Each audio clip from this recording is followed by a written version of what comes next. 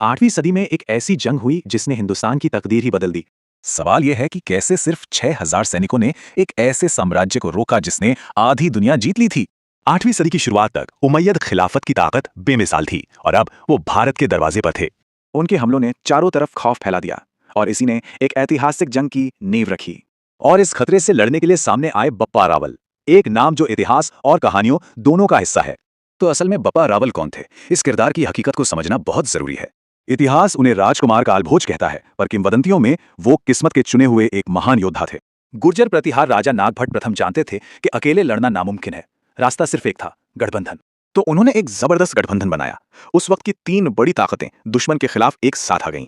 हमलावर सेना बहुत बड़ी थी, 30,000 से ज्यादा सैनिक जो जंग लड़ने में माहिर थे। और उनके सामने भारतीय गठबंधन के पास थे सिर्फ करीब 6,000 सैनिक। और फिर 738 ईस्वी में राजस्थान की सरहद पर इतिहास की वो निर्णायक जंग शुरू हुई।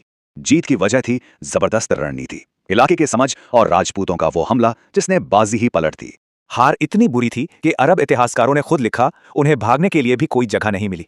ये एक निर्णायक जीत थी। इसने भारत में अरब विस्तार को अगले 200 सालों के लिए पूरी तरह रोक दिया। और बप्पा रावल ने एक ऐसे राजवंश की नींव रखी जिसने मेवाड़ पर सदियों तक राज किया। राजस्थान की ये लड़ाई इतिहास का एक भूला हुआ पन्ना है, पर इसने हिंदुस्तान की कहानी बदल दी थी।